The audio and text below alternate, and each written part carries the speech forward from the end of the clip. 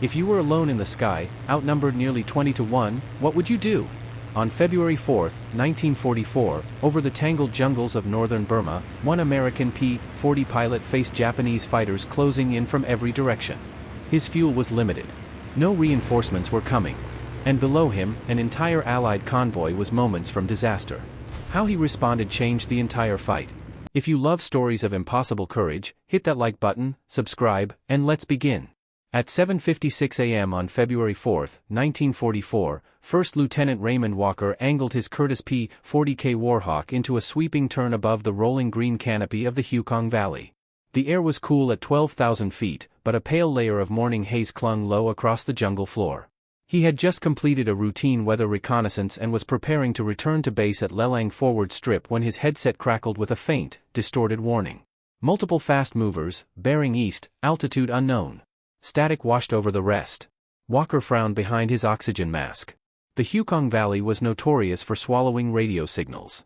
Jagged mountains, humid air, and unpredictable thermal pockets distorted transmissions until words arrived in pieces, like a broken code. But even through the static, one thing was clear. Japanese fighters were somewhere nearby, and closing. Below him, just barely visible through shifting breaks in the haze, a long Allied engineering convoy snaked along a primitive dirt road. Trucks carrying fuel drums, morphine kits, timber beams, and bridging equipment rumbled toward the front. That convoy was the lifeline of the coming Allied push toward Tingbian Pass. Without it, two forward Chinese regiments, already dangerously low on supplies, would be stalled and vulnerable. Walker banked slightly left and scanned the sky. Nothing. For 10 seconds, the world was silent except for the steady hum of his Allison engine and the faint whistle of wind against his canopy. Then he saw them. Not one or two, but an entire cluster of metallic silhouettes materializing from different layers of the haze, some higher, some drifting upward from below, and some slicing in from the east with the rising sun behind them. Japanese Ki-43-2 Oscars. At least 15. Maybe more. They were spread in a loose, hunting formation, classic style of the Japanese 56th Air Regiment. They flew high, low stacks designed to draw an enemy upward while pouncing from below.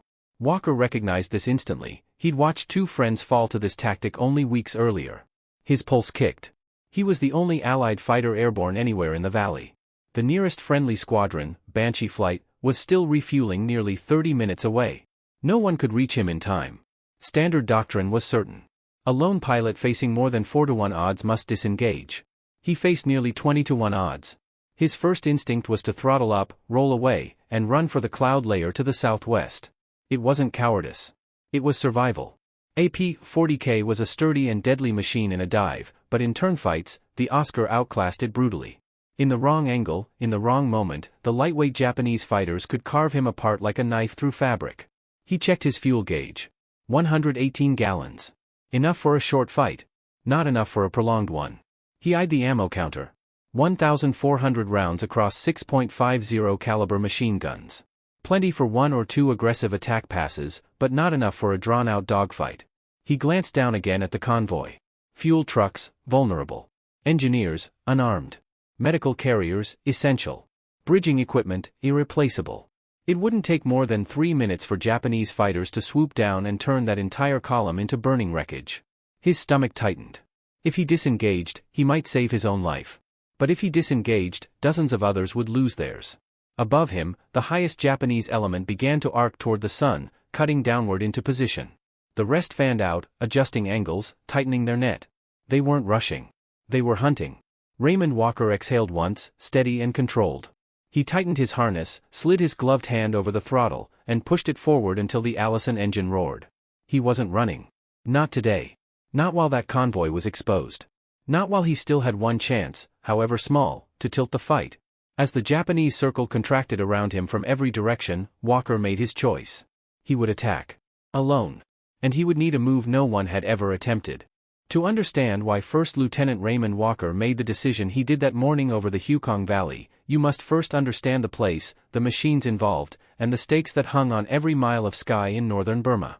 The valley itself was one of the most unforgiving landscapes in the China, Burma, India theater.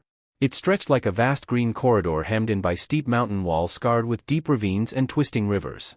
The jungle canopy, thick like braided rope, muffled sound and swallowed entire aircraft when they dropped too low. Clouds formed suddenly, evaporated just as fast, and made instruments dance erratically. Even experienced pilots joked that flying above the Yukon felt less like navigation and more like gambling with nature. In early 1944, this region became the centerpiece of the Allied effort to reopen land routes into China, routes long severed by Japanese forces. The construction of a forward bridge at Tingbian Pass was crucial. Without it, supply lines would collapse, stalling the Chinese advance and potentially costing thousands of lives. The convoy moving beneath Walker on February 4 carried the critical equipment needed to finish that bridge. Steel beams for the river crossing, detonator boxes for controlled engineering blasts, medical crates for a field hospital setup, and fuel drums for generators powering the heavy machinery. Losing even half of that load would delay the entire operation for weeks. That was exactly what the Japanese intended. For months, the 56th Air Regiment had been launching fast, unpredictable fighter sweeps through the valley. Their goal wasn't to seize air superiority, they already had it at low altitudes. Their real objective was to disrupt the Allied ground push by attacking convoys before they could reach the front. These sweeps relied heavily on the aircraft now tightening around Walker, the Nakajima Ki-43-2 Oscar. To Allied pilots, the Oscar was both a dreaded threat and a begrudged marvel of engineering. Weighing barely 4,000 pounds, it was one of the lightest fighters of the war. Its narrow fuselage and broad wings allowed astonishing maneuverability.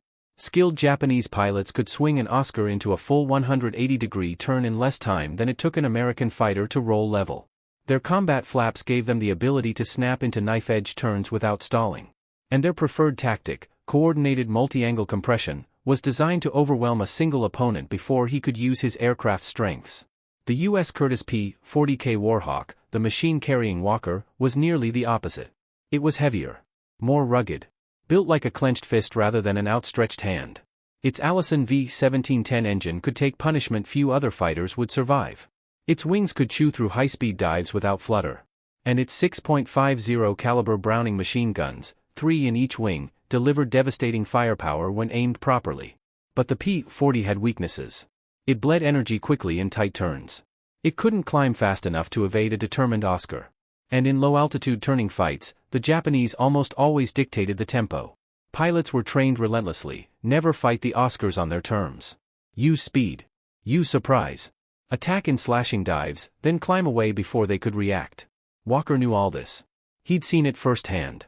Just 11 days earlier, he'd watched his friend, Captain Miles Gerhardt, fall victim to a coordinated Japanese scissors attack, a move where 2 Oscars feinted opposing turns, forcing Gerhardt to commit, before both sliced in to shred his P-40's tail. Gerhardt bailed out. His parachute opened. But Japanese ground patrols found him first. He never came home. Walker carried that memory with him. It weighed on him far more than the 28 pounds of ammunition at his wings. Yet he also carried something else, the quiet, stubborn resilience learned on his family's ranch in Wyoming. He grew up roping calves, repairing fences in blizzards, and working through exhaustion because livestock didn't care about weather or schedules. That relentless work ethic made him a reliable pilot, never panicked, never rushed, always thinking 2 steps ahead. And on that February morning, every part of his upbringing and training confronted him with the same unavoidable truth. He could not abandon the convoy. The trucks below had no air cover. No anti-aircraft guns.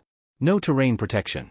Once the Japanese fighters swooped in, fuel trucks would erupt like lanterns, bridging equipment would scatter in flames, and the entire engineering crew, nearly 60 men, would have no chance. Walker inhaled deeply, steadying his thoughts. He reviewed the situation analytically, as he'd been trained. Enemy strength, at least 15 Oscars, possibly more hidden in the haze. Friendly assets, none airborne, none within response distance. Terrain, poor for escape, no cloud cover, no mountain ridge close enough. Fuel, 118 gallons, enough for only a short engagement. Ammo, 1,400 rounds, ample for brief precision bursts, not for drawn-out combat. Objective, prevent the Japanese from reaching the convoy for at least 5 minutes. 5 minutes. That was all. 5 minutes of disruption could save dozens of lives and keep the entire offensive from collapsing. But 5 minutes in the sky, surrounded by nearly 20 enemy fighters, could feel like a lifetime, or end one. As the Japanese formation continued to tighten around him, Walker made one last calculation. Retreat now meant survival for him but certain destruction for the mission. Engage now meant almost certain death. He chose the second. The Japanese fighters continued tightening their net with the slow, deliberate precision of a machine closing around its target. Their formation shifted subtly, small adjustments, barely noticeable unless you had seen it before. But Walker had. He recognized the early steps of a coordinated entrapment pattern the 56th Air Regiment favored. High cover element drifts overhead. Low element spreads outward. Wide elements tighten the circle. Then all collapse inward at once. It was a method designed to give a lone pilot no escape, no room to dive or climb, and no ability to turn without exposing his blind spot to an Oscar's guns. Walker didn't wait for the trap to snap shut. He pushed his throttle forward. The Allison engine roared. His P-40 surged ahead like a freed arrow. Instead of fleeing, he did the one thing the Japanese pilots didn't expect.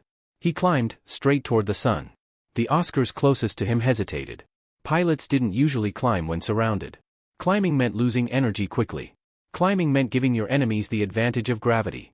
Climbing meant handing the Japanese absolute control of the engagement. But Walker wasn't climbing to escape. He was climbing to attack. At 14,000 feet, the sun's glare became a shield. From below, the P-40 dissolved into the bright sky. Japanese pilots lost visual contact for 3 seconds, an eternity in combat. Walker rolled inverted. The horizon flipped.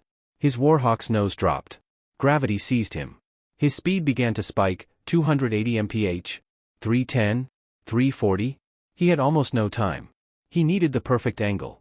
At 360 miles per hour he stabilized his dive. At 380 miles per hour he could see them clearly. For Oscars, an outer screen, were drifting slightly apart, preparing to reposition. They didn't expect the American to come back down through the sun. Walker lined his gun sight on the lead fighter, a Ki-43 with a red lightning stripe on its fuselage. At 700 yards, the plane was just a speck. At 500, he could see the canopy glint. At 350, he steadied the throttle with 2 fingers. He opened fire. 6 Browning machine guns erupted in brilliant white flashes. The recoil vibrated through the entire airframe. Tracers stitched downward in a curling arc. The Japanese pilot realized too late he'd been targeted. Rounds hammered across the Oscar's wing root. A puff of smoke burst near the engine cowling. The lightweight fighter jerked right, trailing a thin ribbon of vapor, then folded downward, dropping toward the jungle canopy in a wobbling spiral. The 3 remaining Oscars broke formation instantly. The Japanese didn't scatter in panic, far from it. Their reaction was precise, disciplined. They accelerated outward, creating space between them, each trying to determine Walker's next move. But they had been shaken. They had expected the American to flee or defend, not to dive directly through them. Walker pulled back hard on the stick. G-forces crushed his chest. His vision dimmed slightly. The P-40 groaned under the strain. He banked left in a climbing arc. He needed speed now, to climb, to reset, to strike again. He couldn't stay low. Staying low meant getting caught in a turning fight. And a turning fight against Oscars was suicide. He felt the P-40 begin to bleed energy, but not critically. He'd gained just enough altitude, and just enough distance, that he could shift the engagement on his own terms. Behind him, the Japanese responded. The closest Oscar pair snapped upward like twin arrows, cutting diagonally to intercept him. Another 2 pairs spread wide to box him in. And the high-cover element, 3 fighters that had been floating above the formation, began sliding into the attack like hawks diving on a single rabbit. Walker saw their intentions instantly. They weren't trying to shoot him down yet, not directly. They were preparing a coordinated corkscrew compression maneuver. Few Allied pilots ever survived one. The attack worked like this. 2 fighters dive from above, forcing the target to descend. 2 rise from below, cutting off any downward escape. The wide elements collapse inward, leaving no lateral room. The target is funneled into a spiral corridor where there is no speed advantage, no angle to break free. Then the Japanese pick him apart with controlled bursts.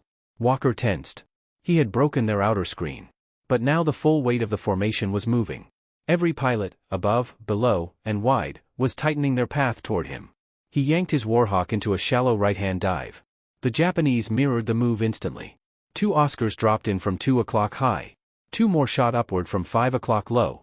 A pair from his left flank began closing the corridor.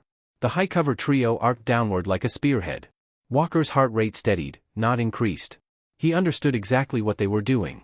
They were building a cage around him. And every second he waited, the cage tightened. He glanced at his ammo counter. 1,300 rounds remaining. Enough for a few well-timed attacks. He checked fuel. Still above 110 gallons. He could not outturn them. He could not outclimb them. He could not outnumber them. So instead, he would outthink them. Walker pushed his stick forward. The P-40's nose dropped. The Japanese fighters followed. They were expecting him to dive. They were expecting him to run. But Walker wasn't planning to flee. He was planning to shatter their timing. And the moment to do it was coming fast. The Japanese fighters committed to their attack. What began as a tightening formation now transformed into a predatory, rotating assault pattern, a tactic perfected by Oscar squadrons in Burma. They didn't just rush the target. They circled it, regulated it, timed it. Most Allied pilots only had seconds to realize what was happening before the first burst of machine gun fire shredded their aircraft. Walker recognized the maneuver instantly. The Rotary Press. A deadly cycle in which each pair of Oscars took a firing pass before peeling away and letting the next pair replace them. Endless. Relentless. Like gears in a machine grinding a target down. The first pair came in from 11 o'clock high. Walker rolled right, dipped the nose, and the tracers cut clean behind his tail. The second pair dove in from below. He chopped throttle, letting them overshoot. Their gunfire stitched the air where he'd been 2 seconds earlier. The third pair attacked from the opposite direction. He banked sharply, engine howling, his P-40 roaring through the narrow gap the Japanese didn't expect him to take. The problem wasn't avoiding the hits. He could dodge. He was dodging. The problem was the convoy. He looked down, thin breaks in the jungle showed the road snaking beneath him. The Allied trucks were still moving, still unaware of the danger above. The Japanese fighters were less than 4 minutes away from dropping onto them. If even 3 or 4 Oscars broke through, they could cut the convoy to pieces. Fuel trucks would ignite instantly. Medical carriers would be helpless. The bridging equipment, absolutely irreplaceable, would be left in smoking ruin. Walker leveled out briefly and glanced at his gauges. Fuel, 104 gallons. Enough for maybe 10 minutes of full-power combat. Maybe. Ammo, 1,220 rounds. A little more than half his total. The Rotary Press was working exactly as intended. Force the target to maneuver defensively, waste his energy, drain his ammo, eliminate his options. But Walker hadn't fired a single burst since his opening attack. Not one. Not yet. The Japanese fighters didn't know it. And he intended to keep it that way. The next pair dove from 1 o'clock high, fast and aggressive, tracing perfect interception arcs. Walker rolled left, pulled into a high yo-yo, and narrowly slipped between them. The maneuver bought him 2 seconds. Nothing more. Another pair rushed in. He pushed the throttle forward, but the P-40 began to feel heavier either from the constant G-loads or from the creeping temperature rising through the firewall. Oil temperature, rising. Coolant, nearing the line. The Oscars were tightening again. 2 fighters took position above him, one at 2 o'clock high, the other at 10. 2 more drifted level with his flanks. 2 scraped below his tail. The high cover element from earlier began descending, readying for the kill. The circle was closing. Walker felt the air compressing around him, not physically but through movement. Every Japanese fighter was adjusting in harmony, each small adjustment tightening the noose. They weren't attacking wildly. They were sculpting the fight, angling every move to herd him out of altitude and energy. And they were winning. He checked the convoy again. It was moving out of the trees and into the open road that led to Tingbian Pass. 3 minutes until the entire column was exposed. He couldn't let the Oscars drop past him. He had to keep them here, focused on him. He had to keep them angry, engaged, and trapped in this deadly dance. But the Japanese pilots saw his desperation. The 56th Air Regiment was experienced. Ruthlessly so. They shifted into their next phase. Vertical compression.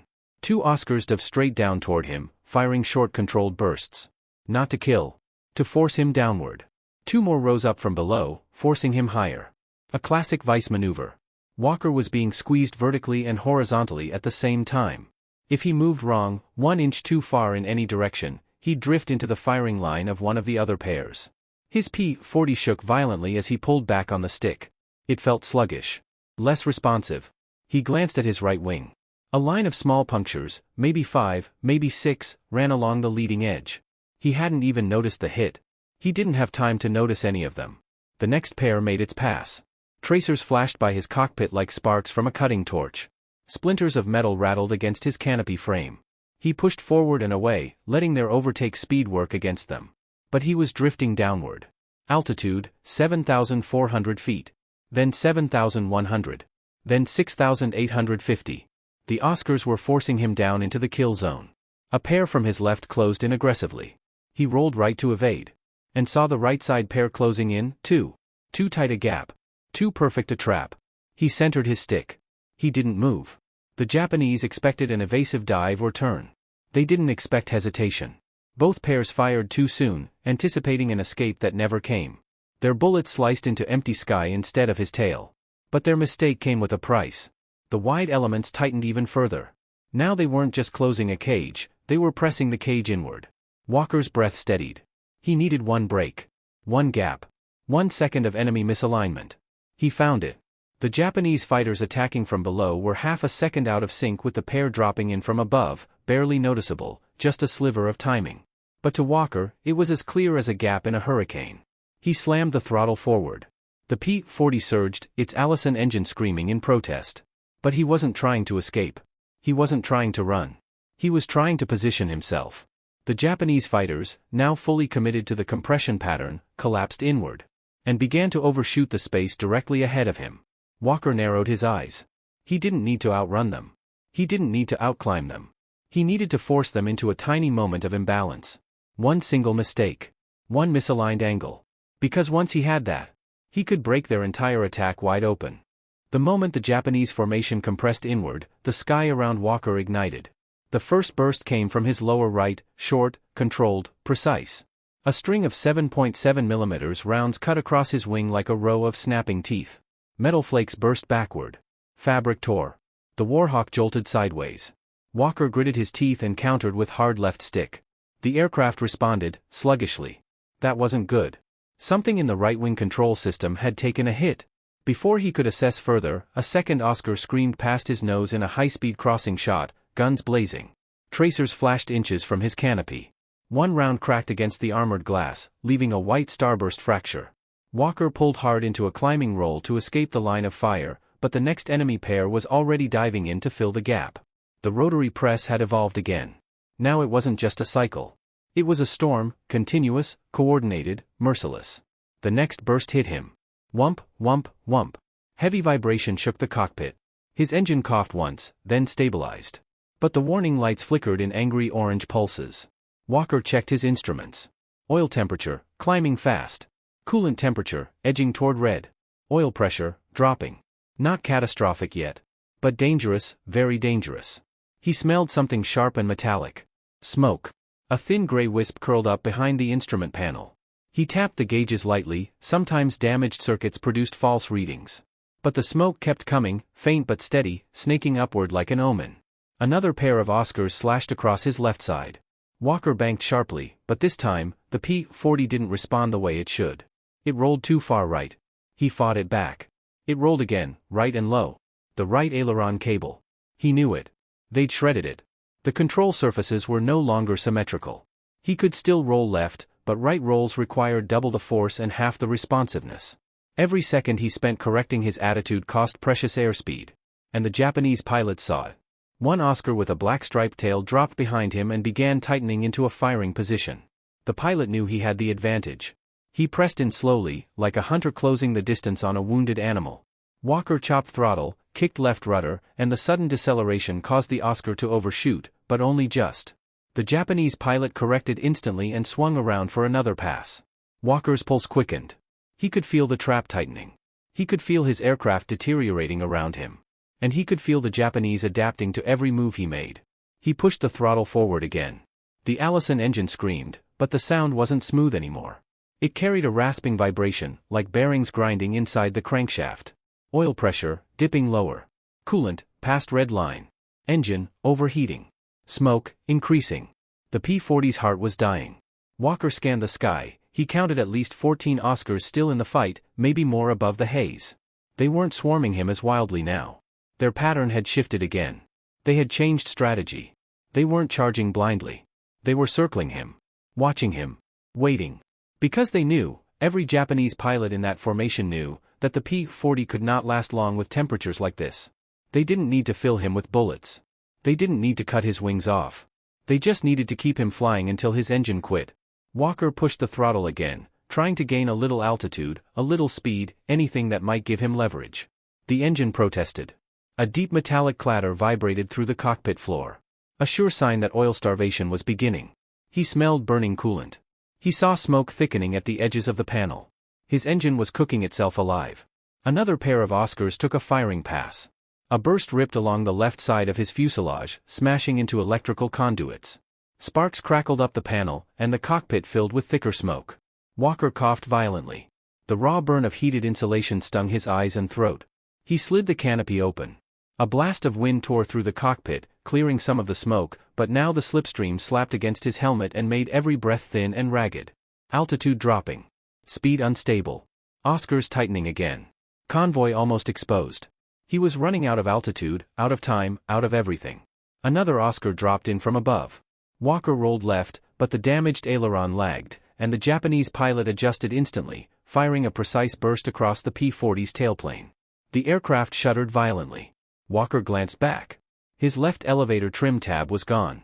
Completely sheared away. That meant the aircraft would constantly pitch down.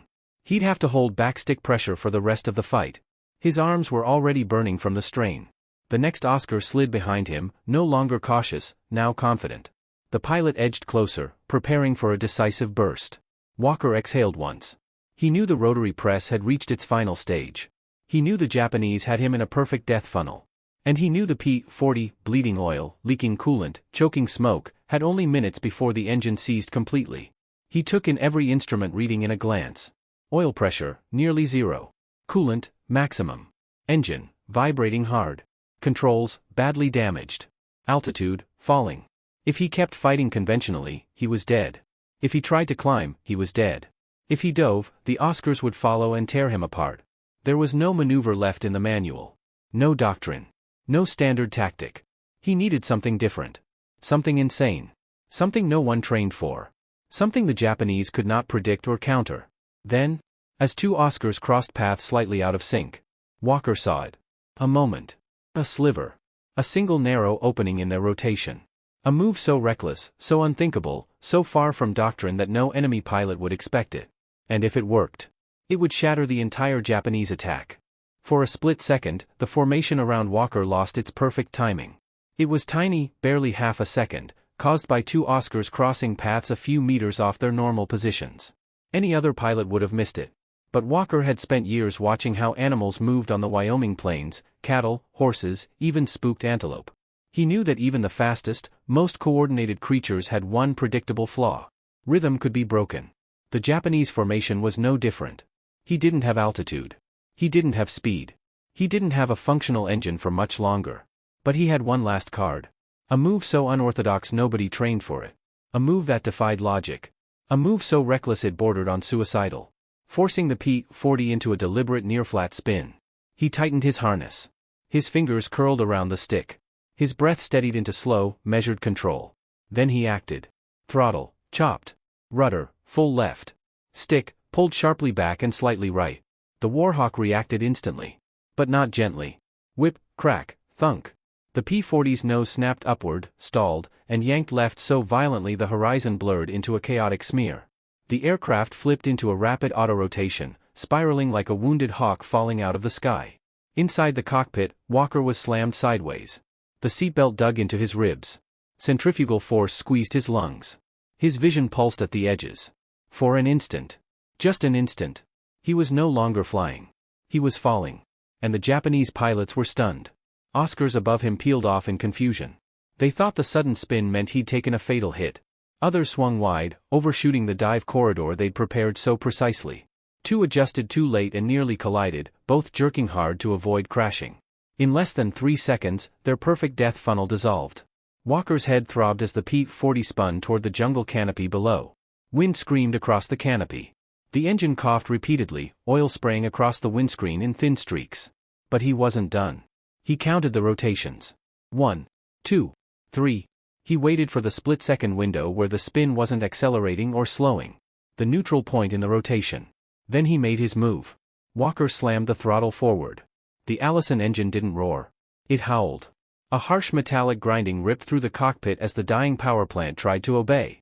The sudden torque jerked the P-40 violently, but it was enough. Enough to break the spin. Enough to convert the fall into a descending rolling dive. Enough to point the P-40 upward. Straight into the underside of the Japanese formation. The Oscars were scattered. Off timing, off alignment, off balance. The pilot with the black striped tail tried to react first, pulling his Oscar into a wide left roll. But his maneuver was too slow, too predictable, too late. Walker lined him up. Fired. 6 Browning machine guns erupted in a deafening, unified roar. Tracers streaked upward like white-hot spears. The Japanese fighter took the burst straight through the belly. Fuel ignited instantly. The Oscar's fuselage cracked open. Flames poured from the engine cowling. The pilot never had a chance. But Walker wasn't climbing to duel. He was repositioning. In the confusion, the remaining Japanese fighters had no coordinated angle. Their vertical compression was gone. Their rotation timing shattered. Their altitude advantage meaningless. They had lost their harmony. 2 Oscars tried to recover, diving at him simultaneously from opposite sides. Their aim was good, but rushed. Their angles were too steep. Their speed too high. Walker didn't evade them directly. He used his crippled control surfaces to drift the P-40 downward. Not turning, not climbing, not diving. Drifting, slipping through broken pockets in their pattern like a leaf swept in chaotic wind. The Japanese fighters overshot. The pair beneath him attempted an attack run, but their line of fire crossed the path of another Oscar trying to descend from above. They aborted instantly, snapping apart and losing even more timing. The entire formation was unraveling. And Walker seized every second. He swung the dying P-40 into a shallow dive, using gravity to buy speed. Oil smoke billowed behind him. The engine clattered violently. His power plant was moments away from seizure. But he had enough thrust for one more decisive move. He cut into the center of the broken Japanese circle. Not attacking. Splitting it. Oscars veered away in panic. Their entire trap, built over minutes of disciplined maneuvering, was collapsing. The precision that made the 56th Air Regiment lethal had turned into their weakness. Without the perfect rhythm, their deadly machine broke into fragments. Walker's maneuver, the impossible spin reversal, had destroyed the timing of more than a dozen coordinated fighters. But the fight wasn't over. The Japanese leader, flying an Oscar with red vertical stripes, attempted to salvage the situation. He rolled hard right, pointing downward toward Walker's new path. Walker saw him. The P-40's engine staggered. Another cough, heavier this time. Oil pressure, 0. Coolant, boiling off. Engine temperature, maxed. Vibration, severe. Altitude, dangerously low. He couldn't outturn the leader. He couldn't climb. He barely had enough power to stay airborne. So he used the only resource he had left. Speed. Walker pushed the nose down and let gravity do the work. He pulled out low, very low, skimming the treetops. The Japanese leader dove after him, trying to align for a final burst. But the Oscars behind him were no longer lined up. Their formation was scattered across hundreds of feet of sky. They couldn't coordinate a unified strike. Their timing was shattered. Their cohesion gone. The leader realized too late he was alone. He pulled away, firing a frustrated burst that sailed uselessly into the canopy below. And then he broke off, returning to his scattered squadron. One by one, the Oscars pulled away, regrouping in ungainly fragments. They had lost the chance to attack the convoy. Walker's insane maneuver, his deliberate, physics-defying spin, had broken their perfect machine.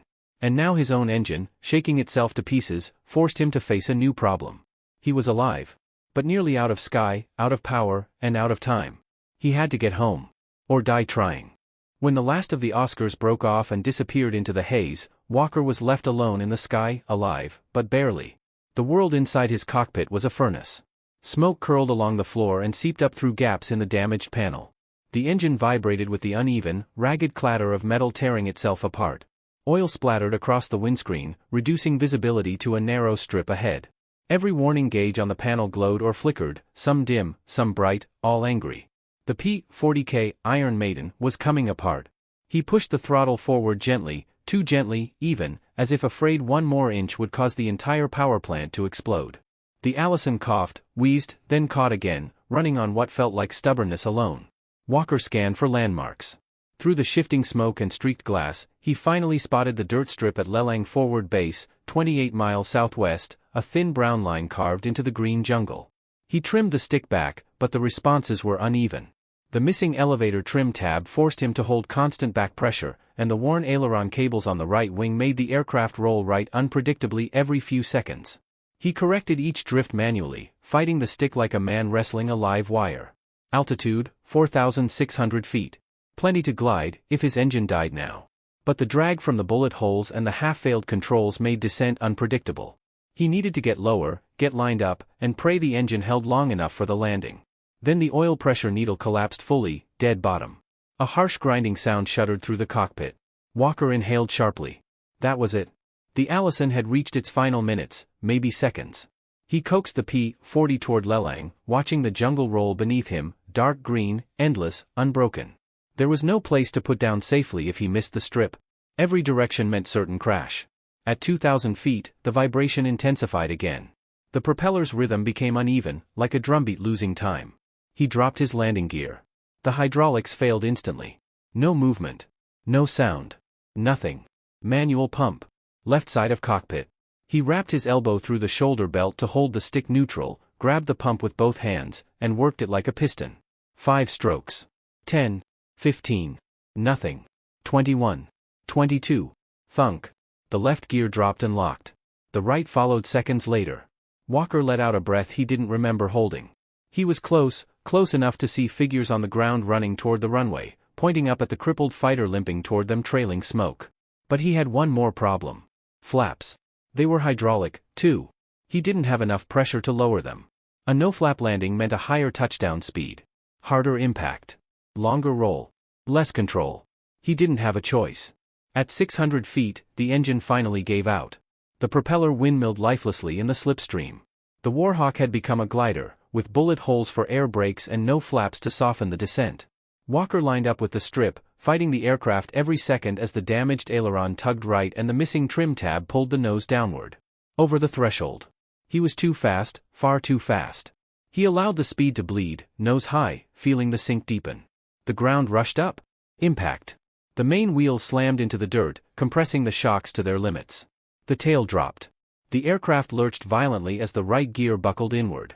The Warhawk ground looped, skidding sideways, digging a long scar into the runway, spraying dirt and grass in a wide arc. Finally, after nearly 200 feet of grinding friction, it stopped.